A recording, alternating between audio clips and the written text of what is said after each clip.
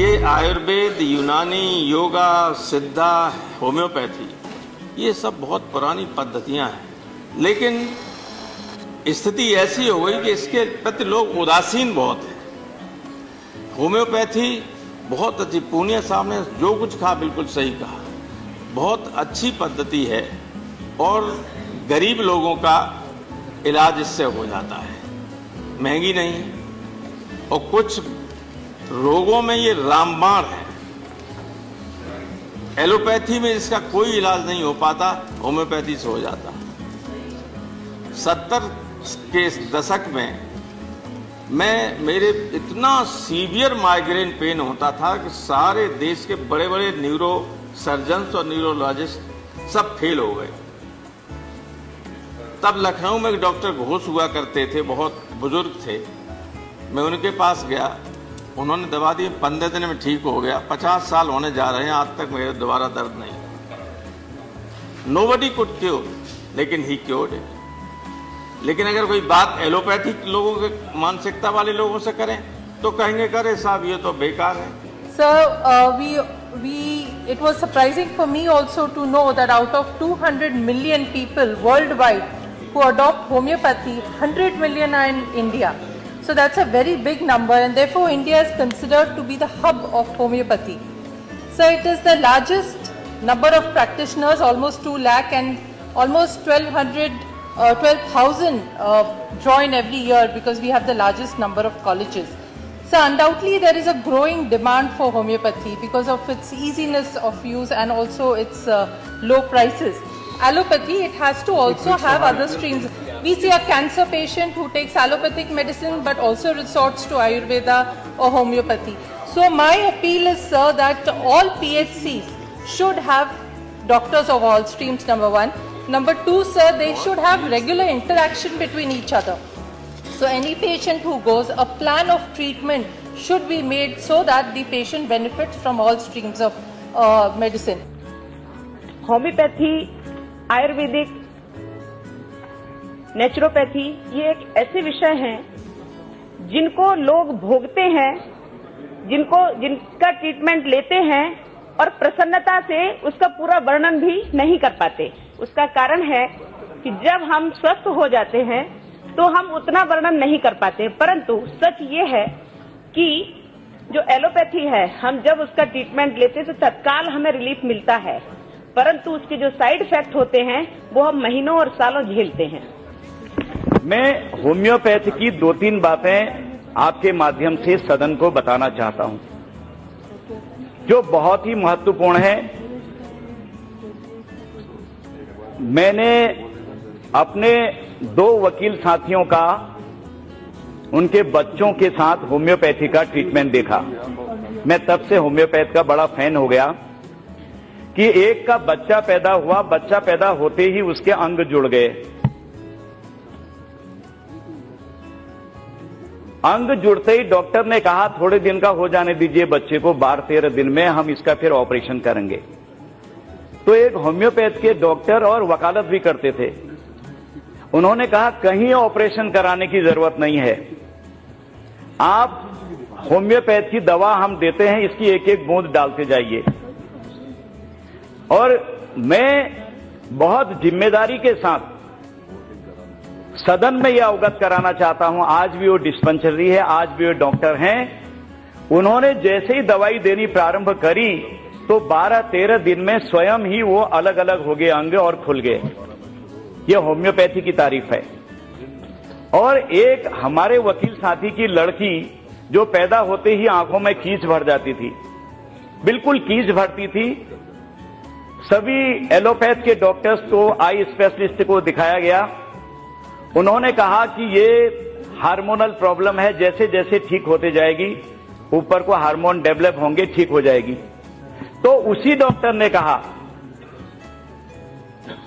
कि ये सब कहते रहते हैं, मैं आपको 2-3 बूथ देता हूं, 3 दिन आप दवा करिए फिर फर्क बताइए। पहले दिन दवा खिलाई, आंख में डाली बच्ची की, आधा साफ, दूसरे दिन उससे ज्यादा साफ, और तीसरे दिन बिल्कुल बच्ची की आंख साफ, और वो बच्ची आज यहां दिल्ली हाईकोर्ट में प्रैक्टिस कर रही है। ये होम्योपैथ का इतना बड़ा चमत्कार है। मैं खुद भी माननीय अध्यक्ष महोदय जी, मैं खुद होम्योपैथिक डॉक्टर हूं और मैंने BHMS MD किया है राजस्थान के जयपुर से, और एक होम्योपैथिक यूनिवर्सिटी है वहां से मैंने MD किया है राजस्थान यूनिवर्सिटी से होम्योपैथिक में। और होम्योपैथिक छोड़कर जब मैं 2014 में सांसद बना, पहली बार इस लोकसभा में आया, तो मुझे भी सपना था कि मोदी जी क्या करेंगे।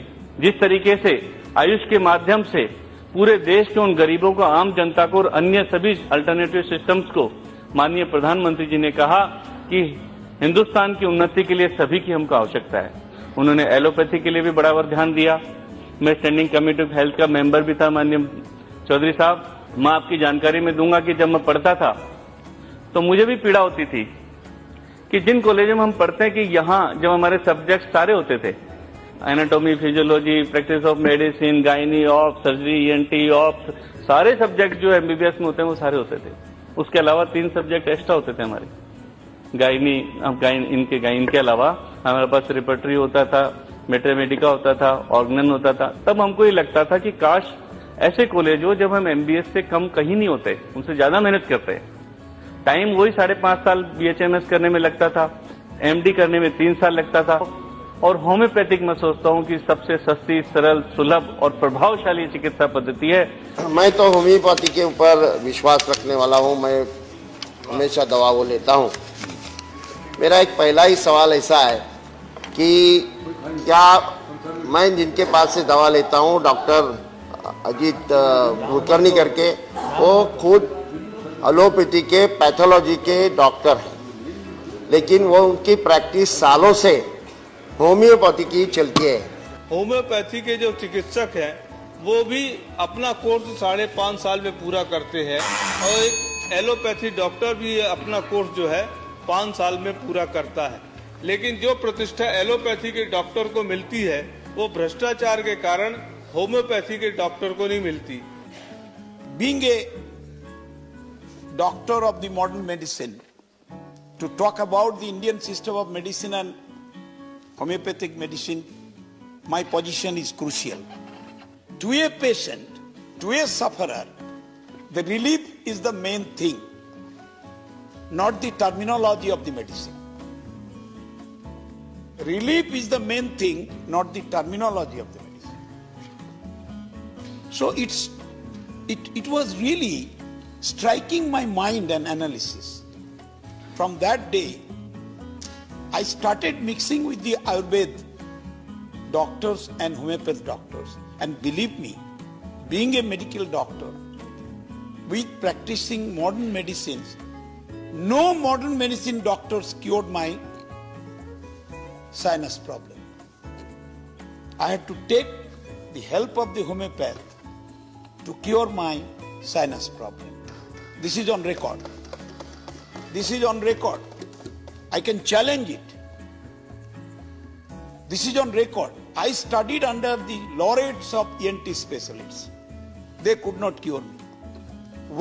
A very small, young homeopath doctor from DND Medical College, Homeopathy, in Howrah district, cured me.